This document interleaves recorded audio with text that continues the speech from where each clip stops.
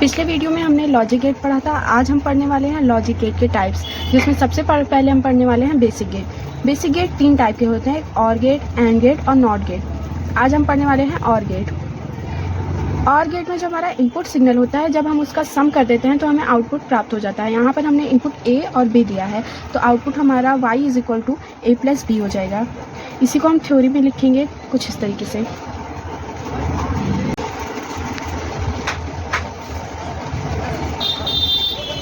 एक ऐसा गेट जिस गेट की एक या एक से अधिक इनपुट हाई होने पर आउटपुट हाई प्राप्त होता है।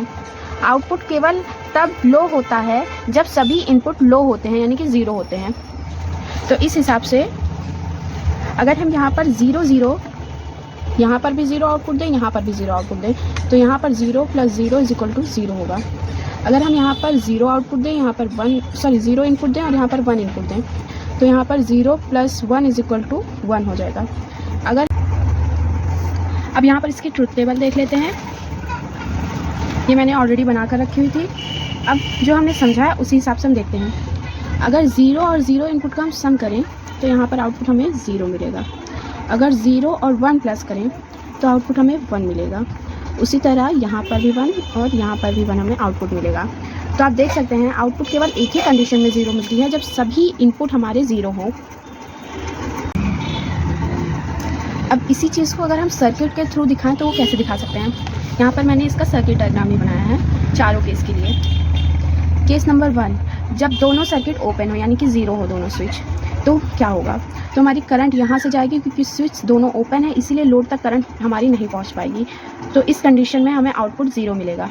केस नंबर 2, और हाँ एक चीज़ और, इसमें दोनों स्विच जो होती हैं वो आपस में पैरेलली कनेक्ट होती हैं।